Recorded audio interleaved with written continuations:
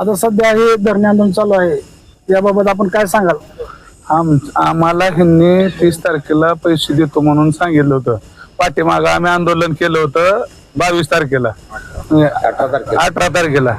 त्यांनी आम्हाला लेखी आश्वासन दिलं होतं, लेखी एक पत्र दिलं होतं की बाबा आम्ही तुम्हाला 30 तारखेला तुमचं पेमेंट 75% जमा करू आणि राहिलेलं 25% त्याच्यानंतर 1 आठवड्यात म्हणजे 7 तारखेपर्यंत.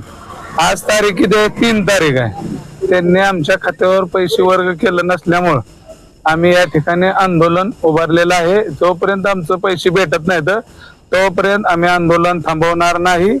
आतला माणूस एकही बाहेर येऊ देणार नाही, बाहेरचा माणूस आत जाऊ देणार नाही.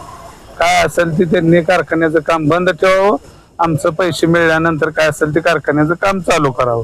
आता बंद दराच्या झालेल्या चर्चेबद्दल काय आपण सांगाल? बंद दराच्या आड आमची काही चर्चा झालेली नाही. ते मला बोलत होते की आम्ही चेअरमन साहेबाला मेसेज करतो, पैसे पाठवायला सांगतो. मी त्यांना सांगितलंय की ह्याच ठिकाणी आम्हाला मेसेज आल्याशिवाय आम्ही धरणे आंदोलन सोडणार नाही. आमचं पूर्ण पैसे आमच्या खात्यावर जमा झाल्याशिवाय आम्ही आंदोलन थांबवणार नाही. सर, आम्ही प्रत्येक गोष्टीची परवानगी घेतलेली आहे.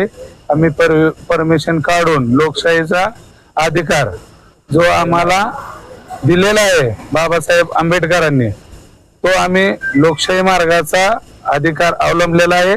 त्या पद्धतीने आम्ही आंदोलन करणार आहे. आमचं आंदोलन मोडीत काढायचा कोणीही प्रयत्न करू नये. प्रशासनाला हात जोडून विनंती आहे.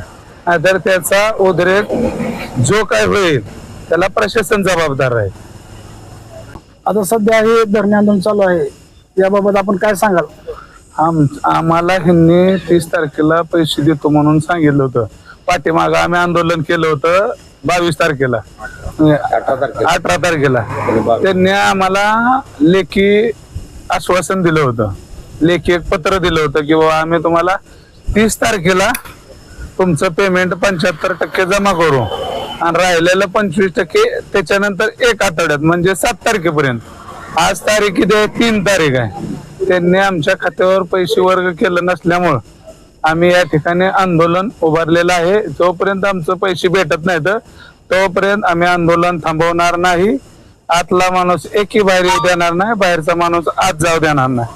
काय असेल ते त्यांनी कारखान्याचं काम बंद ठेवावं, आमचं पैसे मिळाल्यानंतर काय असेल ते कारखान्याचं काम चालू करावं. आता बंद दराच्या झालेल्या चर्चेबद्दल काय आपण सांगाल? बंद दराच्या आड आमची काही चर्चा झालेली नाही. ते मला बोलत होते की आम्ही चेअरमन साहेबाला मेसेज करतो, पैसे पाठवायला सांगतो. मी त्यांना सांगितलंय की ह्याच ठिकाणी आम्हाला मेसेज आल्याशिवाय आम्ही धरणे आंदोलन सोडणार नाही. आमचं पूर्ण पैसे आमच्या खात्यावर जमा झाल्याशिवाय आम्ही आंदोलन थांबवणार नाही. सर, आम्ही प्रत्येक गोष्टीची परवानगी घेतलेली आहे.